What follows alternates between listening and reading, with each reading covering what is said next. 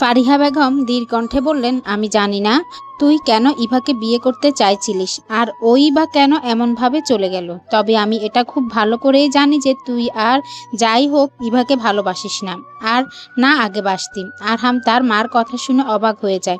অবাক কণ্ঠে বলে, মা, মানে কি বলছো এসব? ফারিহা বেগম হালকা হেসে বলল, কেন, ভুল বললাম বুঝি?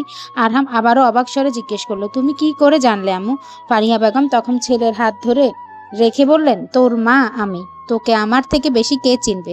তুই যদি ইভাকে ভালোবাসতিস তাহলে না তুই ইভাকে যেতে দিতিস, না নিধিকে বিয়ে করতিস, আর না এমন শান্ত স্বাভাবিকভাবে থাকতিস।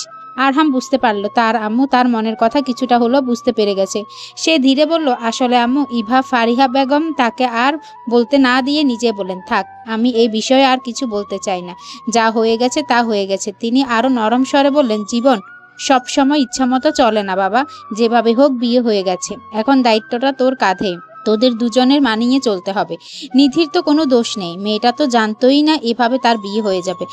আরহান চুপ করে রইল। মনে মনে নিধির মুখটা ভেসে উঠল, নিরাভরণ এক চাউনি, অদ্ভুত এক ধীরতা ওর চোখে। চঞ্চল মেয়ে, তবে ভেতরে কেমন যেন শক্ত একটা দেওয়াল আছে। ভাবতেই তার মনে অদ্ভুত অস্বস্তি হলো। আম্মু আবার বললেন, বিয়ে মানে শুধু কাগজে স্বাক্ষর নয়, এটা একটা দায়িত্ব। আমি চাই না তুই শুধু দায়িত্ব পালনের জন্য ওকে কাছে রাখিস, তাই সত্যিই যেন তোদের বোঝাপড়া হয়। আরহাম নরম কণ্ঠে উত্তর দিল, আমাকে সময় দাও আম্মু, জোর করে কিছু করা যাবে না, তবে আমি চেষ্টা করব। ফারিহা বেগম মৃদু হেসে তার মাথায় হাত বুলালেন, এই তো আমার ছেলে, বলে তিনি চলে গেলেন। আরহাম জানালার দিকে তাকিয়ে রইল। একটু দূরে তার চোখ পড়ল নিধির বাড়ির ফেরার মুহূর্তের দৃশ্য। হাতে ব্যাগ, চোখে অনিশ্চয়, তার ঠোঁটে অদ্ভুত এক শক্তির রেখা। অজান্তে মনে মনে বলল, এই মেয়ে মোটেও সহজ না। নিধি আজকাল একেবারে নিজের মতো আছে, যেন কিছুই ঘটেনি তার জীবনে। সকালে কলেজে যায়, ক্লাস করে, আড্ডা দেয়, টুকটাক নোট নেয়, সন্ধ্যায় বাড়ি ফিরে বই খুলে বসে যায়, মাঝে মাঝে বারান্দায় দাঁড়িয়ে বাতাস খায়, মোবাইলে গান শোনে, আবার কখনো গল্পের বইয়ে ডুবে থাকে। নিধিকে যারা আগে থেকে চেনে তারা জানে মেয়েটা তেড়া স্বভাবের, যেটা নিজের ইচ্ছায় সেটাই করবে, আর অন্য কেউ কিছু বললে উল্টো জবাব না দিয়ে পারে না। বিয়ের পরেও তার এই স্বভাবের এক চুলও পরিবর্তন হয়নি। আজ ক্লাসে ঢুকে অনুর সঙ্গে ধাক্কা খেলো দেখে, হাঁটবি না? অনু একটু বিরক্ত হয়ে বলল। নিধি ব্যাগটা কাঁধ থেকে নামিয়ে টেবিলে রাখলো, তারপর হেসে বলল, আমি না হয় দেখে শুনে হাঁটি না। তা ম্যাডাম, আপনার চোখগুলো কোথায় ছিল? বাড়িতে রেখে এসেছেন বুঝি, নাকি দুলা ভাইয়ের কাছে? অনু নিধিকে যত দেখছে ততই অবাক হচ্ছে। অবাক হয়ে জিজ্ঞেস করলো, সিরিয়াসলি নিধি, তুই এমন ভাবে ঘুরে বেড়াচ্ছিস কেন? কিছুই হয়নি, অথচ তোর লাইফে তো সব উলটপালট হয়ে গেছে। নিধি চেয়ারে বসে হাত গুটিয়ে বলল, দেখ অনু, আমি এর আগে অনেকবার বলেছি, যেটা হয়ে গেছে সেটা নিয়ে বসে থেকে লাভ নেই। আমি যদি কাঁদি, হতাশ হই, তাহলে আমার লাইফ আরো এলোমেলো হয়ে যাবে। বরং স্বাভাবিকভাবে চলাটাই বুদ্ধিমানের কাজ। অনু তার দিকে তাকিয়ে দীর্ঘশ্বাস ফেললো। মেয়েটা বাইরে হাসি খুশি থাকে, কিন্তু ভেতরে ভেতরে কি চলছে সেটা বোঝে না। ক্লাস শেষে অনু আবার বলল, তুই কি আরহাম ভাইয়ার সঙ্গে কথা বলেছিস? নিধি হেসে ফেললো, কথা বলার কি আছে, উনি ওনার মতো থাকেন, আমি আমার মতো। সংসার করার কোনো চাপ নেই, মানে ফ্রি লাইফ। অনু চোখ কুঁচকে তাকালো, কিন্তু এভাবে তো আর চলতে পারে না। নিধি গম্ভীর চোখে বলল, দেখ, বিয়েটা শুধু নাম মাত্রই। উনি আমাকে প্রথম দিনই বলে দিয়েছেন তিনি বাধ্য হয়ে বিয়ে করেছেন, বিয়েটা মানতে পারবেন না। তাহলে আমি কেন ওনাকে বিয়ে মানার জন্য, সংসার করার জন্য জোর করব? আমি কি এতটাই অসহায় নাকি? আমার কোনো আত্মসম্মান বোধ নেই? অনু নিধির কথা শুনে শান্ত স্বরে বলল, আমি এমনটা বলিনি নিধি, আর তুই কেন অসহায় হবি? আমি শুধু বলছি যে বিয়ে নিয়ে এখন তুই কি ভাবলি, মানে এই বিয়ের ভবিষ্যৎ কি? নিধি একটা দীর্ঘশ্বাস ফেলে বলল, আমি কিছুই ভাবিনি, যেভাবে চলছে চলুক, বাকিটা আল্লাহর উপর ছেড়ে দিয়েছি। ইনশাআল্লাহ আল্লাহ যা করবেন ভালোর জন্যই করবেন। ইনশাআল্লাহ আল্লাহর উপর দুজনেরই ভরসা আছে। দুজনে ক্লাসে মনোযোগ দিলেও আরহাম প্রতিদিন নিয়ম করে অফিসে যায়, কাজ করে, আবার রাত করে বাড়ি ফেরে। নামকরা কনস্ট্রাকশন ফার্মের প্রজেক্ট ইঞ্জিনিয়ার হওয়ায় তার কাজ সবসময় ব্যস্ততায় ভরা। সাইট ভিজিট, রিপোর্টিং, মিটিং, এসবের ফাঁকে মাথায় ঘুরপাক খায় একটাই চিন্তা, এই বিয়ে আসলে কোথায় গিয়ে দাঁড়াবে? আরহাম অফিসে বসে ল্যাপটপে প্রেজেন্টেশন বানাচ্ছিল, হঠাৎ মনোযোগ সরে গেল। খোলা স্ক্রিনের দিকে তাকিয়ে থাকতে থাকতে তার মনে ভেসে উঠল সেই দিনের দৃশ্য, সেই নীল শাড়ি পরা বিয়ের দিনের দৃশ্য। চোখে অদ্ভুত এক দৃঢ়তা, ঠোঁটে অভিমান মাখা। আরহাম বুঝতে পারে মেয়েটা আলাদা, স্বাধীন চেতনা, চঞ্চল, তেড়া, কিন্তু বুকের ভেতর লুকিয়ে আছে অন্যরকম কিছু। ভাবতে ভাবতে দীর্ঘশ্বাস ফেলে দিল আরহাম। ঠিক তখন তার ফোনে মায়ের কল এলো। কাজ করছিস বাবা? হ্যাঁ আম্মু। খেয়েছিস? না, একটু পর খাবো। মা কিছুক্ষণ চুপ থেকে বললেন, নিধির খবর রাখিস? কথা হয় তোর সাথে? আরহাম কপালে হাত রাখলো। আম্মু, ও নিজের মতো থাকতে চায়, সেখানে আমি কেন ওকে বিরক্ত করব? ও হয়তো পড়াশোনা নিয়ে ব্যস্ত আছে। মা নরম কণ্ঠে বলল, আমি বুঝি বাবা, কিন্তু তুই যদি খোঁজ না নিস তাহলে কেমন দেখাবে? বিয়ে মানে শুধু দায়িত্ব নয়, একে অপরের বোঝার চেষ্টা। অন্তত একটা ফোন করতে তো পারিস। আরহাম চুপ করে গেল। তার মায়ের কথাগুলো যুক্তিসঙ্গত হলেও সে নিজেকে এগিয়ে নিতে পারছে না, কারণ তার নিজের ভেতর একরাশ অস্বস্তি জমে আছে। এইদিকে কলেজে আসন্ন হাফ ইয়ারলি পরীক্ষা। নিধি বিজ্ঞানের ছাত্রী, ফিজিক্স, কেমিস্ট্রি, বায়োলজি সব মিলিয়ে হিমশিম খাচ্ছে। দুপুরে ল্যাবে গিয়ে টেস্ট টিউব হাতে ধরে দাঁড়িয়ে আছে। কখনো মনে হয় ক্লোরিন গ্যাসের গন্ধই কি আমার জীবনে গন্ধ হয়ে গেল, এত টক্সিক চারপাশ। সেদিন রাতে নিধি পড়ার টেবিলে বসেছিল। সামনে খোলা ছিল রসায়ন বিজ্ঞানের মোটা বই, কেমিক্যাল বন্ডিং এর উপর নোট বানাচ্ছিল সে। পাশেই রাখা গরম কফি। হাফ ইয়ারলি পরীক্ষার প্রস্তুতি নিচ্ছে, তাই বেশ মনোযোগী। হঠাৎ তার ফোনে একটা নোটিফিকেশন ভেসে উঠল। আরহাম কল করেছে। নিধি অবাক হয়ে গেল, কারণ আরহাম তাকে কখনোই কল করেনি। কয়েক সেকেন্ড ফ্রিজ হয়ে বসে থাকলো, তারপর ধীরে ধীরে কলটা রিসিভ করলো। হ্যালো, আসসালামু আলাইকুম। ওয়ালাইকুম আসসালাম, কেমন আছো? নিধি একটু হাসলো। আলহামদুলিল্লাহ ভালো, কলেজ, ক্লাস, বই এইসবই চলছে। আপনি? আমিও আলহামদুলিল্লাহ ভালো। একটু নীরবতা, তারপর আরহাম বলল, তুমি কেমন ম্যানেজ করছো সব? নিধি ঠোঁট বাঁকিয়ে উত্তর দিল, আমাকে ম্যানেজ করতে হয় না, আমি নিজেকে সামলাতে জানি। আরহাম কিছুক্ষণ চুপ করে থেকে বলল, ভালো, এভাবেই থেকো। বাই দা ওয়ে, তোমার হাফ ইয়ারলি পরীক্ষা কবে থেকে? নিধি উত্তর দিল, এই তো 2 মাস পরে। কেন? না এমনি, মন দিয়ে পড়াশোনা করা, পরীক্ষার জন্য অল দ্য বেস্ট। নিধি ধন্যবাদ জানিয়ে জিজ্ঞেস করলো, আপনি কি এমনি কল করেছেন নাকি কোনো প্রয়োজন? আরে না, এমনি কল করেছি। ওকে, ভালো থেকো, আল্লাহ হাফেজ। আল্লাহ হাফেজ। কথোপকথনটা ছোট্ট হলেও নিধির ভেতর কেমন একটা অদ্ভুত অনুভূতি জাগলো, যেন তার এই অস্থায়ী বিয়ের ভেতরে কোথাও এক টুকরো অচেনা বন্ধন গড়ে উঠেছে। দিন কেটে যায়। নিধি আরো স্বাভাবিকভাবে কলেজ করে, আড্ডা দেয়, মজা করে। অনু মাঝে মাঝে খোঁচা মারে, বোমা শ্বশুরবাড়ি যাচ্ছিস না? নিধির সঙ্গে সঙ্গে উত্তর দেয়, শ্বশুরবাড়ি? ওটা অস্থায়ী শ্বশুরবাড়ি হবে দোস্ত, বলে দুজনে হেসে ওঠে। কিন্তু ভেতরে ভেতরে নিধি জানে, কথাটা বলার সময় তার বুকের ভেতর একটা শূন্যতা তৈরি হয়। অন্যদিকে আরহাম প্রতিদিন নিজের ভেতরে দ্বন্দ্ব নিয়ে বেঁচে থাকে। একদিকে দায়িত্ববোধ, অন্যদিকে নিধির স্বাধীন স্বভাব জানে এক সময় তাকে সিদ্ধান্ত নিতেই হবে। এই সম্পর্ককে সত্যিকারে সংসারে রূপ দেবে নাকি আলাদা হয়ে যাবে। রাত গভীর। নিধি বারান্দায় দাঁড়িয়ে আকাশের দিকে তাকিয়ে আছে। সারাদিন স্বাভাবিক থাকলেও এই নির্জন রাতে তার ভেতরে ভেতরে একই প্রশ্ন ঘুরছে, এই বিয়ে শেষ পর্যন্ত কোথায় গিয়ে দাঁড়াবে? অন্যদিকে আরহামও তার ঘরে জানালার পাশে দাঁড়িয়ে একই আকাশের দিকে তাকিয়ে আছে। তার মনেও একই প্রশ্ন, এই মেয়েটাকে আমি কি কখনো বুঝতে পারবো? অদৃশ্য দূরত্ব থেকেও যেন তারা দুজন একে অপরকে অনুভব করছে। সময় কখনো থেমে থাকে না। অচেনা এক সম্পর্কে আবদ্ধ হওয়ার পর নিধির দিনগুলোতে যেন নতুন এক ছন্দ খুঁজে পাওয়া গেল। শুরুতে কিছুটা অস্বস্তি থাকলেও সে ধীরে ধীরে নিজের মতো করে পড়াশোনায় মন দিল। দেখতে দেখতে 4 মাস পার হয়ে গেল বিয়ের, কিন্তু বিয়েটা এখনো নিধির কাছে অবাস্তব মনে হয়। কলেজ সে আগের মতোই চঞ্চল, আগের মতোই বন্ধুদের সাথে হাসি ঠাট্টা করে।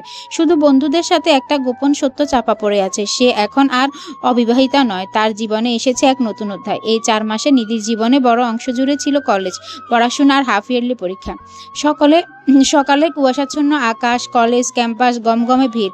চারদিকে পরীক্ষার্থীরা বই হাতে শেষবারের মতো চোখ বুলিয়ে নিচ্ছে। সবাই দুশ্চিন্তায় ভরা, কপালে ভাঁজ, কিন্তু নিধি যেন অন্যরকম শান্ত। অনু অবাক হয়ে বলল, তুই তো একদম নির্লিপ্ত, আজ পদার্থবিজ্ঞান পরীক্ষা?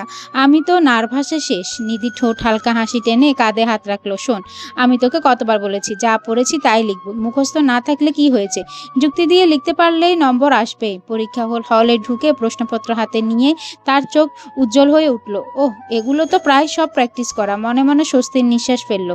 পেন চালাতে চালাতে একসময় ভেবেছিল বইয়ে প্রশ্নের উত্তর আছে, কিন্তু জীবনের প্রশ্ন, সেখানে উত্তর খুঁজে পাওয়া কি সম্ভব? 3 ঘন্টা পর যখন হল থেকে বের হলো, মুখে যেন বিজয়ের হাসি। অনু দৌড়ে এসে বলল, কি লিখলি? যা পারি লিখেছি, এবার ছুটিতে রিল্যাক্স করার পালা। অন্যদিকে আরহাম এই 4 মাসে নিজের জীবনে স্বাভাবিকতা ফেরানোর চেষ্টা করছে। অফিস, সাইট ভিজিটিং সব চলছে আগের মতোই। তবুও ফাঁক পেলে মনে পড়ে যায় বিয়ের কথা। চোখের সামনে ভেসে উঠে হুটহাট ঘটে যাওয়া সেই দিনগুলো।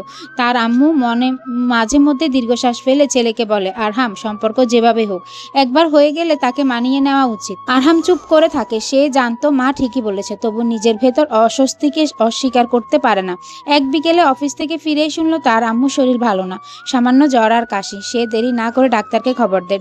ডাক্তার এসে দেখে গেছেন, বলেছেন বিশ্রামের দরকার। আরহাম চিন্তায় পড়ে গেল। সারাদিন অফিসে থাকতে হয়, আম্মুর পাশে থাকা সম্ভব নয়। যদিও হেল্পিং হ্যান্ডরা, তবুও অসুস্থ মাকে কিভাবে রেখে যাবে সেই চিন্তায় আছে। ছেলেকে টেনশন করতে দেখে আরহামের আম্মু মৃদু হাসি দিয়ে বলল, নিধিকে খবর দাও, ওর কলেজ বন্ধ, হাফ ইয়ারলি শেষ হওয়ার বেশ কয়েকদিন বিরতি দিয়েছে, ও আসলে আমার অনেক হালকা লাগবে। রাতে খাওয়ার পর নিধির আম্মু আলাপ তুললেন। নিধি, শুনছিস, পুপ্পির শরীরটা ভালো যাচ্ছে না, ডাক্তার বলেছে কিছুদিন রেস্টে থাকতে। আর তোদের বিয়ের পর থেকে তোকে এখানে তেমন রাখা হয়নি, ভাবছি কিছুদিন তুই সেখানে গিয়ে থাক, এতে পুপ্পিও খুশি হবে, তোরও ভালো লাগবে। নিধি গম্ভীর গম্ভীর হয়ে চেয়ারে হেলান দিল। আম্মু প্লিজ এসব বলো না, আমি ওখানে গিয়ে কি করব? বিয়েটা তো এমনিতেই, মানে সবকিছু জোর করে হলো, এখন আবার হুট করে ওখানে গিয়ে থাকবো? আম্মু ধীরে ধীরে মেয়ের দিকে তাকালো। মা, আমি জানি তুই কষ্টে আছিস, কিন্তু একটা সময় তোকে মানিয়ে নিতেই হবে। পুপ্পি তোকে কতটা ভালোবাসে সেটা তুই জানিস, তুই না গেলে ওনার মনটা ভেঙে যাবে। নিধি ঠোঁট কামড়ে রইল। আম্মু আরো নরম স্বরে বলল, দেখ মা, আমি তোকে জোর করছি না, কিন্তু ভাব, যদি আজ আমি অসুস্থ হয়ে যাই, তখন তুই যদি আমার কাছে না থাকিস কেমন লাগবে? পুপ্পি তোর জন্য কত কি করেছে ছোটবেলায়, আজ তিনি অসুস্থ, তুই যদি না যাস ওনার কেমন লাগবে? নিধির বুকটা হড়মুড়িয়ে উঠল। সে মাথা নামিয়ে ফিসফিস করে বলল, আম্মু তুমি আমাকে এমন ইমোশনাল করো কেন? আমি চাই না ওখানে যেতে, কিন্তু যদি তুমি এত বলো। আম্মু মেয়ের মাথায় হাত রাখলেন। তোর উপর কারো জোর নেই মা, কিন্তু জীবন মানিয়ে নেওয়ার নামই তো জীবন। ফুপ্পি শুধু তোর শ্বশুর বাড়ির মানুষ নন, তিনি তোর আপনজন। অবশেষে নিধি চুপচাপ মাথা নাড়ল। সত্যি ওর বড় ফুপ্পি ওকে খুব ভালোবাসেন, এমনকি সে ওনাকে নিজের মেয়ের মতো করে ভালোবাসেন। ওনার অসুস্থতার কথা শুনে ছুটে যেতে ইচ্ছে করছে, কিন্তু কোথাও একটা অস্বস্তি বোধ থেকেই যাচ্ছে, যার কারণে যেতে পারছে না। তবে এখন মনে হচ্ছে যেতেই হবে। নিধি তার আব্বুর দিকে তাকিয়ে শান্ত স্বরে বলে, ঠিক আছে যাব আমি, কিন্তু আব্বু তোমাকে কথা দিতে হবে, বড় ফুপ্পি সুস্থ হলেই চলে আসবে, তখন কিছু বলতে পারবে না। নিধির আব্বু বোঝালেন ওনার মেয়ের জিদ এত সহজে যাবে না, তাই তিনি দীর্ঘশ্বাস ফেলে বলেন, ঠিক আছে চলে এসো। নিধির আম্মুও আর কিছু বললেন না। মেয়ে যে রাজি হয়েছে এটাই অনেক। খাওয়া দাওয়া শেষ করে সবকিছু গুছিয়ে নাসরিন বেগম রুমে এলেন। রুমে রাশেদ আহমেদ বসে ফোন দেখছেন, মানে নিধির বাবা। নাসরিন বেগম গিয়ে স্বামীর পাশে বসে চিন্তিত স্বরে বললেন, আমরা নিধির বিয়েটা দিয়ে কি ভুল করে ফেললাম? সত্যিই কি সম্মান বাঁচাতে গিয়ে মেয়েটার জীবন নষ্ট করে দিলাম? স্ত্রীর কথা শুনে রাশেদ আহমেদ তাকালেন তার দিকে, তাকিয়ে বলেন, চিন্তা করো না, ইনশাআল্লাহ সবকিছু ঠিক হয়ে যাবে। আর ওদের দুজনকে সময় দাও, দেখবে ধীরে ধীরে দুজনের মধ্যে বোঝাপড়া হয়ে যাবে। স্বামীর কথা শুনে নাসরিন বেগম কিছুটা শান্ত হলেন, বললেন, তাই যেন হয়, আমার মেয়েটার জন্য খুব চিন্তা হয়। রাশেদ আহমেদ স্ত্রীকে সান্ত্বনা দিয়ে বললেন, বললাম তো চিন্তা করো না, সব ঠিক হয়ে যাবে, যাও গিয়ে ঘুমিয়ে পড়ো। স্ত্রীকে সান্ত্বনা দিলেও তিনি মনে মনে মেয়ের ভবিষ্যৎ নিয়ে চিন্তিত। দোয়া করছেন যাতে সবকিছু ঠিক হয়ে যায়। প্রথমে নিধি যেতে চাইছিল না, নিজের বাড়িতে স্বস্তি লাগে তার, কিন্তু আরহামের আম্মুর ডাক সে ফেলতে পারল না। ছোটবেলা থেকে ফুপ্পিকে সে ভীষণ ভালোবাসে। যখন বাবা মার সঙ্গে আরহামের বাড়ি যাওয়া হতো, তখন যেন তার উৎসব লেগে যেত। ফুপ্পি তাকে আদরে ভরিয়ে দিত, ঠিক নিজের মেয়ের মতো। আর এখন এই সম্পর্কের জটিলতার পরেও সেই টানটা নিধির ভেতর আজও অটুট। তাই ব্যাগ গুছিয়ে কয়েকদিনের জন্য এলো আরহামদের বাড়িতে। ঘরে ঢুকতেই ফারিহা বেগম উঠে বসতে চাইলেন। নিধি তাড়াতাড়ি গিয়ে থামালো। না ফুপ্পি, তুমি শুয়ে থাকো, ডাক্তার তোমাকে রেস্ট নিতে বলেছে, আমি আছি তো, কোনো চিন্তা নেই। ফারিহা বেগমের চোখ ভিজে উঠল স্নেহে। তিনি বললেন, তুই আসলে আমি নিশ্চিন্ত হই নিধি, জানিস তোর কথা আমার খুব মনে পড়ে। এই 4 মাসে তো একটা বারও দেখতে এলি না। জোর করে বিয়ে দেওয়ায় রাগ করেছিস তাই না? এখন আর আগের মতো ভালোবাসিস না, ঘৃণা করিস পুপ্পিকে তাই না? নিধির বুকটা কেঁপে উঠল। দুহাত ফারিহা বেগমকে জড়িয়ে ধরে বললে, এভাবে বলো না প্লিজ, আমি তোমাকে আগের মতোই ভালোবাসি, পরীক্ষা পড়া নিয়ে ব্যস্ত ছিলাম তাই আসতে পারিনি। নিধি পুরো সত্যটা ওনাকে আর বলল না। সেদিন সন্ধ্যায় আরহাম অফিস থেকে ফিরে দেখলো নিধি রান্নাঘরে ব্যস্ত। তার চোখ কপালে উঠে গেল। তুমি রান্নাঘরে? নিধি স্বাভাবিক ভঙ্গিতে বলল, ফুপির জন্য স্যুপ বানাচ্ছি, ডাক্তার নাকি বলেছে হালকা খাবার খেতে। আরহাম কিছুক্ষণ চুপ করে তাকিয়ে রইল। মনে মনে ভাবলো, অদ্ভুত মেয়ে, যেখানে আমার নিজেরই অস্বস্তি হচ্ছে সেখানে সে কতটা স্বাভাবিক। মুখে শুধু বলল, ধন্যবাদ। নিধি না তাকিয়ে বলল, ফুপির জন্য করছি, আপনার জন্য না। কথাটা শুনে আরহাম হালকা হাসলো। রাতের খাবারের পর নিধি ফারিহা বেগমের পাশে বসে গল্প করছিলেন। আম্মু হাত ধরে বললেন, নিধি মা, আমি জানি তুই এখানে আসতে চাইছিলি না, কিন্তু বিশ্বাস কর, তুই আসায় আমি অনেক খুশি হয়েছি। তুই না এলে আমি একদম একা হয়ে যাই। নিধি শান্ত কণ্ঠে উত্তর দিল, ফুপ্পি, তোমার জন্য যতটুকু সম্ভব আমি করব। তবে একটা কথা বলি, আমার কাছে এই সম্পর্ক এখনো পরিষ্কার না, কিন্তু আমি তোমাকে আমার নিজের মায়ের মতোই সম্মান করি, ভালোবাসি। ওনার চোখে জলে ভরে উঠল। তিনি নিধির মাথায় হাত বুলিয়ে দিয়ে বললেন, অনেক রাত হয়েছে মা, যা গিয়ে ঘুমিয়ে পড়। নিধি হকচকিয়ে গেল, শান্ত গলায় বলল, না ফুপ্পি, আমি তোমার পাশেই ঘুমাবো, আমি তোমার দেখাশোনা করার করার জন্যই তো এসেছি। রাতে যদি তোমার কিছু লাগে আমি পাশে থাকলে তোমার সাহায্য করতে পারবো।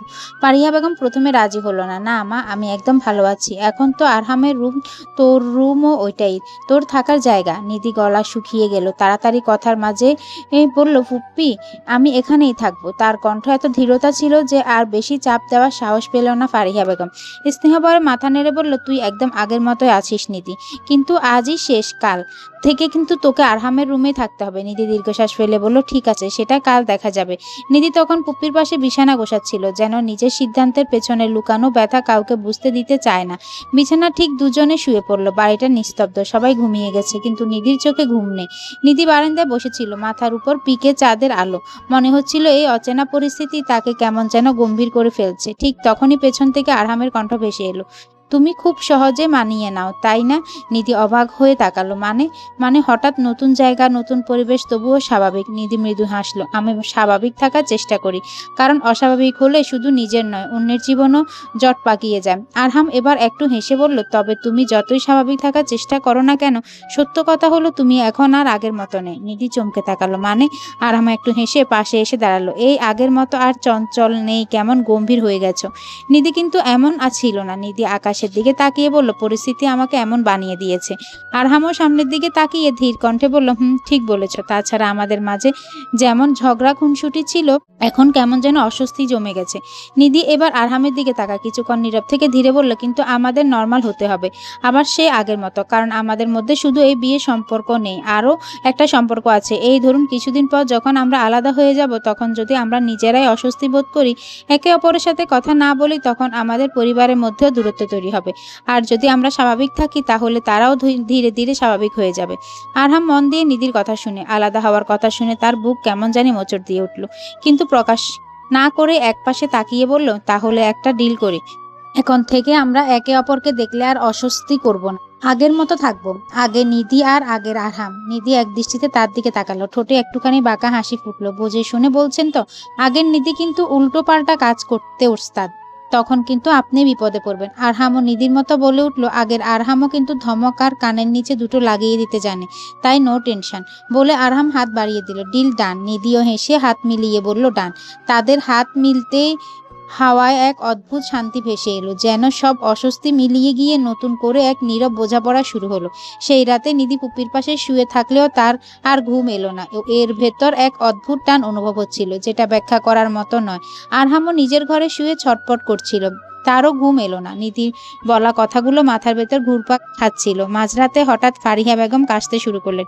নিধি উঠে দৌড়ে গিয়ে পানি ধরিয়ে দেয়, পিঠে হাত বুলিয়ে দেয়। আরহামও জেগেছিল, বিদায় কাশি শব্দ পেয়ে মাকে দেখতে আসে। এসে দরজার আড়াল থেকে সে দৃশ্য দেখতে পায় এবং তার মায়ের প্রতি নিধির যত্ন ভালোবাসা দেখে মনে মনে খুশি হয়। পরের দিন সকালবেলা নাস্তা শেষ করে ফারিহা বেগম বিছানায় হেলান দিয়ে বসে আছেন। আরহাম পাশে এসে জিজ্ঞেস করলো, আম্মু তোমার কিছু লাগবে? আসার সময় কিছু কিনে আনবো? ফারিহা বেগম মিষ্টি হেসে মাথা নেড়ে বলল, আমার কিছু লাগবে না বাবা, তবে নিধির কিছু লাগতে পারে, ওকে জিজ্ঞেস করো। নিধি তখন জানালার পাশে দাঁড়িয়ে হালকা হাওয়া খাচ্ছিল। হঠাৎ নিজের নাম শুনে ঘুরে তাকালেন আরহাম গম্ভীর দৃষ্টিতে বলল, তোমার কিছু লাগবে? কিছু আনবো? নিধি একটু ভেবে মুখ গম্ভীর করলো, তারপর হঠাৎ ঠোঁটে দুষ্টু হাসি ফুটিয়ে বলল, আসলে অনেক দিন হলো ফুচকা খাওয়া হয় না, কেউ যদি এনে খাওয়াতো একদম মন্দ হতো না। কথাটা শোনা মাত্র আরহাম ভ্রু কুচকালো, ফুচকা? এসব অস্বাস্থ্যকর খাবার খায় নাকি কেউ? নিধি ভ্রু কুচকে উত্তর দিল, খাবো না কেন, সবাই খায়, আমি তো প্রতিদিনই খেতাম। আরহাম মুখ বাঁকিয়ে বলল, এসব অস্বাস্থ্যকর খাবার খেয়ে শরীরের এই অবস্থা। ফারিহা বেগম এই দৃশ্য দেখে আরহামের উদ্দেশ্যে বলল, আরে আরহাম, মেয়েটা যদি খেতে চায় তো এনে দাও না, ছোটবেলা থেকেই তো ও এমন ফুচকা খেতে পছন্দ করে, কোথাও গেলে আর কিছু খাক আর না খাক ফুচকা খেতেই হবে। আরহাম বিরক্ত মুখে নিধির দিকে তাকালো, তারপর বলল, ঠিক আছে, আজকে অফিস থেকে ফেরার পথে নিয়ে আসবো। নিধি খুশিতে হাততালি দিয়ে বলল, ইয়ে থ্যাংক ইউ। আরহাম অবাক চোখে তাকিয়ে বলল, ফুচকার জন্য এত খুশি? নিধি চোখ টিপে হেসে বলল, অবশ্যই, আমার কাছে ফুচকা মানে ইমোশন। আরহাম আবারও অবাক হয়ে নিধির দিকে তাকিয়ে রইল। ফারিহা বেগম হেসে ফেললেন, মনে মনে অবাক হলেন আরহাম আর নিধিকে এতটা স্বাভাবিক দেখে, সাথে খুশি হয়ে দোয়া করলেন, হে আল্লাহ, এই ঝগড়ার ঠাট্টার মাঝে যেন ওদের হৃদয় আরো কাছাকাছি আসে। সন্ধ্যার সময় অফিস থেকে ফিরল আর হাতে একটা বড় কাগজের ব্যাগ। নিধি তখন বারান্দায় দাঁড়িয়ে আকাশ দেখছিল। দরজার শব্দ শুনে ঘুরে তাকাতেই চোখে পড়ে ব্যাগটা। কৌতূহল নিয়ে এগিয়ে এসে বলল, এনেছেন আমার ফুচকা? আরহাম শান্ত স্বরে উত্তর দিল, এনেছি। বলেই নিধির হাতে ব্যাগটা দিতে নিধি ছোট্ট বাচ্চার মতো খুশি হয়ে গেল। সত্যি এনেছেন? আমি তো ভেবেছিলাম যেভাবে অস্বাস্থ্যকর খাবার বলে গিয়েছিলেন নিয়ে আসবেন না। আরহাম বিরক্ত নিয়ে বলল, এখন বলছি এগুলো অস্বাস্থ্যকর খাবার, এসব খাওয়া ঠিক নয়। কিন্তু তুমি তো খাবে, এসব তোমার ইমোশন। খাও খাও, খেয়ে অসুস্থ হলে তখন দেখবে মজা। নিধি মুখ বাঁকিয়ে ব্যাগটা নিয়ে দ্রুত টেবিলে রাখলো। তারপর ঢাকনা খুলতে ফুচকার গন্ধ চারদিক ছড়িয়ে পড়লো, একেবারে লোভনীয়। নিধি প্রথম ফুচকা মুখে দিয়ে চোখ বন্ধ করে সুখের নিঃশ্বাস নিল। আহা কি মজা! আরহাম চুপচাপ পাশে দাঁড়িয়ে তাকিয়ে রইল। তার মনে হচ্ছিল এতদিনে প্রথমবার নিধিকে এভাবে খুশি হতে দেখেছে। কিন্তু হঠাৎ করে নিধি দুষ্টুমি ভরা চোখে তার দিকে তাকিয়ে ভ্রু উঁচু করে বলল, আচ্ছা আপনি যে এত কিপটে তা আমি আগে জানতাম না। আরহাম ভ্রু কুঁচকালো। কি কিপটে? আমি আবার কি কিপটামি করলাম? নিধি নাটকীয় ভঙ্গিতে মাথা দোলালো। হ্যাঁ, কিপটেমিই তো করেছেন। শুধু ফুচকা নিয়ে এসেছেন, সাথে আইসক্রিম চকলেট কিছুই আনেননি। এটা কিপটামি ছাড়া আর কি বলেন? আরহাম হতবাক হয়ে গেল। মানে আমাকে বলেছিলে তোমার আইসক্রিম চকলেট লাগবে, বলতে হয় নাকি? মেয়েরা ফুচকা আইসক্রিম চকলেট এগুলো ভালোবাসে, একটার কথা বললে বাকিগুলো নিয়ে আসতে হয়, এটা সবাই জানে, আপনি জানেন না? আরহাম এবার বিরক্ত হয়ে কপালে হাত রাখলো। না, জানি না। তোমার ফুচকার সাথে চকলেট আইসক্রিমও চাই, এটা বলতে পারতে। আমি তো মন পড়তে জানি না। আরহামকে বিরক্ত হতে দেখে নিধি ঠোঁট চেপে নিজের হাসি আটকে বলল, ঢং, সবকিছুই জানেন, জেনে শুনে কিপটামি করেন, শুধু ফুচকাতেই শেষ করেছেন। আরহাম ঠোঁট বাঁকিয়ে বলল, আচ্ছা ঠিক আছে, কাল আসার সময় আইসক্রিম ফুচকা চকলেট যা লাগবে সব নিয়ে আসবো। খুশি? এবারও বলবে আমি কিপটা? নিধি ফুচকার টুকরো মুখে পুরে হাসতে হাসতে উত্তর দিল, আনলে দেখা যাবে। ঠিক তখনই পাশের রুম থেকে ফারিহা বেগমের কণ্ঠ ভেসে এলো। কি হয়েছে? আবার কিসের ঝগড়া? নিধি দৌড়ে গিয়ে ফুপ্পির কাছে গিয়ে বাচ্চাদের মতো অভিযোগ করলো, ফুপ্পি দেখো না, উনি শুধু ফুচকা এনেছে, সাথে চকলেট আইসক্রিম এগুলো আনেনি। ফারিহা বেগম হাসলেন। আরহাম বিরক্ত হয়ে মায়ের দিকে তাকালো। দেখলে, আমি এত ঝামেলার পরেও ফুচকা নিয়ে এলাম, আর এখন আবার অভিযোগ, আবার আমাকে কিপটেও বলছে। ফারিহা বেগম হাসতে হাসতে মাথা নেড়ে বলল, আরহাম, নিধি মজা করছে তোমার সাথে। এত বড় হয়ে এটাও বুঝতে পারছো না? নিধিও ফারিহা বেগমের সাথে তাল মিলিয়ে হাসছে। আরহাম বিরক্ত মুখে নিজের রুমের দিকে যাচ্ছিল, তখন নিধি পেছন থেকে বলে, আপনি যে কিপটা নন সেটা প্রমাণ করতে কাল যা যা চাই সব নিয়ে আসবেন কিন্তু। আরহাম একবার পেছনে তাকিয়ে নিজের রুমে চলে গেল। আরহাম যেতে নিধি আর ফারিহা বেগম আবার একসাথে হাসতে লাগলো। রাতের খাবার টেবিলেও সে ফুচকা নিয়ে খুনসুটি চলল। নিধি একবার খায়, একবার বলে, যদি আইসক্রিম চকলেট আনতেন আরো ভালো লাগতো। আরহাম হাল ছেড়ে দিয়ে বলল, আমার ভুল হয়েছে, আমি কাল তোমার জন্য আইসক্রিম চকলেট নিয়ে আসবো, কথা দিলাম। নিধি ঠোঁট বাঁকিয়ে দুষ্টুমি করে বলল, তা তো আনবেন, তবে একটা দুটো আনলে চলবে না, বেশি করে আনতে হবে, এই যেমন 10-12টা। আরহাম চোখ বড় করে তাকালো। কি, এত আইসক্রিম খেলে ঠান্ডা লাগবে সেই খেয়াল আছে? এসব নিয়ে আপনার ভাবা লাগবে না, আমার কিচ্ছু হবে না। আরহাম অসহায় ভঙ্গিতে মায়ের দিকে তাকালো। ফারিহা বেগম হাসতে হাসতে বললেন, বাবা এনে দে। জানিস তো ও কেমন? আরহাম বিরক্ত নিঃশ্বাস ছাড়লেন।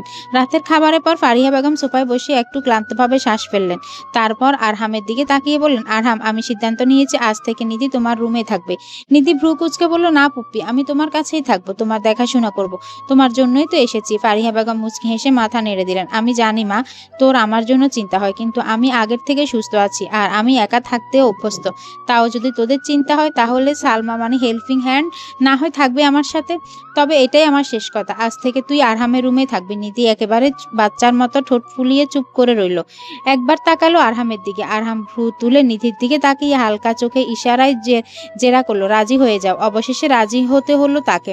আরহামের রুমে ঢুকে নিধি এক প্রকার অস্বস্তিতেই চারপাশে তাকালো। আচ্ছা এখন বলুন, আমি কোথায় ঘুমাবো? আরহাম কাজ ছাড়লো। কোথায় আবার? বিছানা তো আছেই, বিয়ের পর 2 দিন তো এখানে ঘুমালেই, এখনো শুয়ে পড়ো। নিধি ভ্রু কুঁচকে মাথা নেড়ে নিল। তখন আমি ক্লান্ত ছিলাম আর টেনশনে ছিলাম, তাই এসব মাথায় আসেনি, কিন্তু এখন আমি এভাবে ঘুমাতে পারবো না। আরহাম মুচকি হেসে বলল, তাহলে মেঝেতে শুবে? নিধি কিছুক্ষণ ভাবলো, তারপর হঠাৎ উঠে কাবার থেকে একটা বড় বিছানা চাদর বের করলো। দড়ি দিয়ে 2 পাশে বেঁধে সেটা টেনে টাঙ্গিয়ে দিল বিছানার মাঝখান বরাবর। আরহাম অবাক হয়ে তাকালো। এটা আবার কি? নিধি গম্ভীর মুখে উত্তর দিল, এই হলো ইন্ডিয়া পাকিস্তানের বর্ডার, কেউ ক্রস করলে সাথে সাথে খেল খতম। আরহাম হেসে ফেলল, বাহ কি সমাধান দি, আমার বিছানাকে 2 ভাগ করে ইন্ডিয়া আর পাকিস্তান বানিয়ে দিলে, আবার মাঝখানে বর্ডারও, এত বুদ্ধি কোথা থেকে আসে? নিধি চোখ ছোট করে তাকিয়ে বলল, আপনি আমার প্রশংসা করছেন নাকি টন্ট মারছেন? আরহাম ডোন্ট কেয়ার ভাব নিয়ে বলল, যেটা তুমি মনে করো, বলে গিয়ে বিছানায় শুয়ে পড়লো। বর্ডারের এক পাশে নিধি, অপর পাশে আরহাম শুয়ে আছে। রাত গভীর, বিছানায় শুয়ে এপাশ ওপাশ করেও নিধির ঘুম আসছে না, তাই সে বারান্দায় বসে আকাশ দেখছিল। মনটা অদ্ভুতভাবে খুশি আর হালকাও লাগছিল। মনে হচ্ছিল আবার সে আগের দিনে ফিরে গেছে। ঠিক তখনই পেছন থেকে আরহামের গলা শোনা গেল, তুমি ছোটবেলায়ও কি এমন ছিলে? প্রতিটা জিনিসে অভিযোগ। নিধি মুচকি হেসে ঘুরে তাকালো। অভিযোগ না, একে বলে দুষ্টুমি। আরহাম চুপচাপ তাকিয়ে রইল। তার চোখ মৃদু কণ্ঠে বলল, তুমি যখন খুশি থাকো, হাসো, তখন তোমাকে সত্যি অন্যরকম লাগে। নিধি হেসে মাথা নাড়লো। এই মিষ্টি মিষ্টি কথা শুনিয়ে কালকে ট্রিট থেকে বাঁচতে পারবেন না। আরহামও হেসে ফেলল। ঠিক আছে, কালকে সব কিছু নিয়ে আসবো। তাদের দুজনের হাসি চাঁদের আলো মিশে যাচ্ছিল। পরের দিন আরহাম অফিস থেকে আসার সময় ফুচকা, আইসক্রিম, চকলেট সব নিয়ে আসে। এসে নিধিকে দেয়, দিয়ে বলে আর যেন তাকে কিপটে না বলে। নিধি ভেঙচি কাটে। এভাবে খুনসুটি আরহাম আর নিধির দিন যাচ্ছে। নিধি আরহামদের বাড়িতে আসার 1 সপ্তাহ হয়ে গেছে। ফারিহা বেগমও এখন সুস্থ, তাই নিধি চলে যেতে চেয়েছিল, কিন্তু ফারিহা বেগম যেতে দেননি। ওনার একটাই কথা, সামনে নিধির মামাতো বোনের বিয়ে, তখন তো এমনিই চলে যাবে, তাই আরও কয়েকটা দিন থেকে যেতে। নিধিও বাধ্য হয়ে রাজি হয়। অবশ্য এখন আর এখানে থাকতে আর আগের মতো অস্বস্তি হয় না। রাতে খাওয়া দাওয়া শেষ করে নিধি বারান্দায় বসে আকাশ দেখছে। হঠাৎ ফোনটা ভাইব্রেট করলো। মেসেজ এসেছে। স্ক্রিনে ভেসে ওঠা নাম দেখে তার মুখে হাসি ফুটে উঠল। সে মেসেজগুলো ওপেন করলো। হ্যালো নিধি, কেমন আছো? আমি দেশে ফিরেছি, তোমার সাথে খুব জরুরি কথা আছে, কাল একবার দেখা করবে প্লিজ? মেসেজগুলো পড়ে নিধি একটু থামলো। কয়েক সেকেন্ড ভেবে কল করলো ওই নাম্বারে। সাথে সাথে কল রিসিভ হলো। হ্যালো, আসসালামু আলাইকুম। ওয়ালাইকুম আসসালাম। কেমন আছো নিধি? আলহামদুলিল্লাহ, আপনি ভালো আছেন? আমিও ভালো আছি। কাল একটু দেখা করতে পারবে? খুব জরুরি কথা ছিল। আপনি সত্যি দেশে ফিরেছেন? নিধি বিস্মিত হয়ে বলল, হ্যাঁ, তবে এখনই কাউকে জানিও না প্লিজ। কিন্তু কেন? নিধি অবাক হয়ে জিজ্ঞেস করলো। সব বলবো, কাল দেখা করো। আসবে তো? ইনশাল্লাহ আসবো। Thank you Nidhi. ওয়েলকাম। ঠিক তখনই বারান্দার পাশ দিয়ে যাচ্ছিল আরহাম। নিধিকে ফোনে হাসতে হাসতে কথা বলতে দেখলো। মনে মনে কেমন একটা অস্বস্তি কাজ করলো। কার সাথে এভাবে লুকিয়ে কথা বলছে? তারপর ভাবলো হয়তো অনুর সাথে, তাই আর কিছু না বলে ভেতরে চলে গেল। কিছুক্ষণ পর বুঝতে পারলো নিধিও এসে শুয়ে পড়েছে। পরের দিন নিধি ফারিহা বেগমকে অনুর সাথে দেখা করার কথা বলে অনুমতি নিয়ে ক্যাফেতে এলো কারোর সাথে দেখা করতে। সেখানে আগে থেকে একটা ছেলে বসে আছে। সে আগের মতোই প্রাণবন্ত। নিধিকে দেখে ছেলেটা উঠে দাঁড়ালো। নিধি সামনে গিয়ে সালাম দিল। ছেলেটা ওকে বসতে বলে নিজেও বসলো। নিধি চেয়ারে বসে উৎসাহ নিয়ে জিজ্ঞেস করলো,